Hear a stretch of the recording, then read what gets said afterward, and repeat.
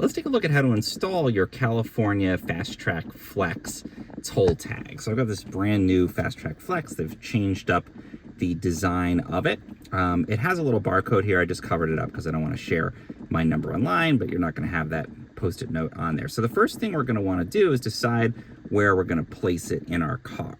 And the preferred placement is basically right underneath the rear view mirror. So if I got my rear view mirror here, there's a little space on the windshield, I can go there. You can technically also go for the corner there of the windshield on either side, but that's not the preferred placement. So sometimes it might not read correctly, etc. So if you're able to put it behind the mirror, that's the best bet.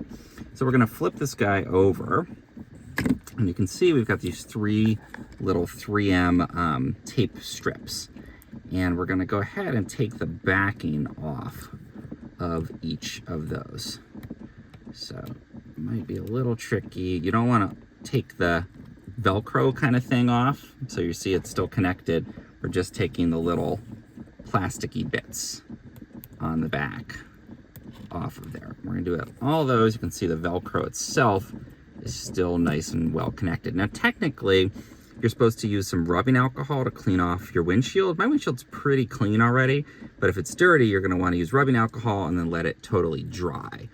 And then we're gonna find our spot and we're gonna just basically press this on, but make sure you do it the right way around. It's very important. So you want the text to be facing down, and you want that little wheel, see down there where you select the number of people, to be easily accessible. So I'm gonna find a nice centered spot under my mirror up here, and I'm gonna just make sure it's pretty well in the center. It's looking pretty good.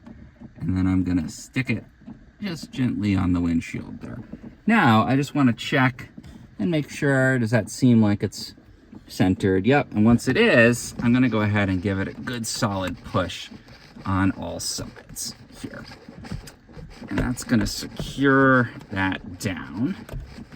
Now, we're gonna wait a little while before we do anything else. Just let that adhesive set on there.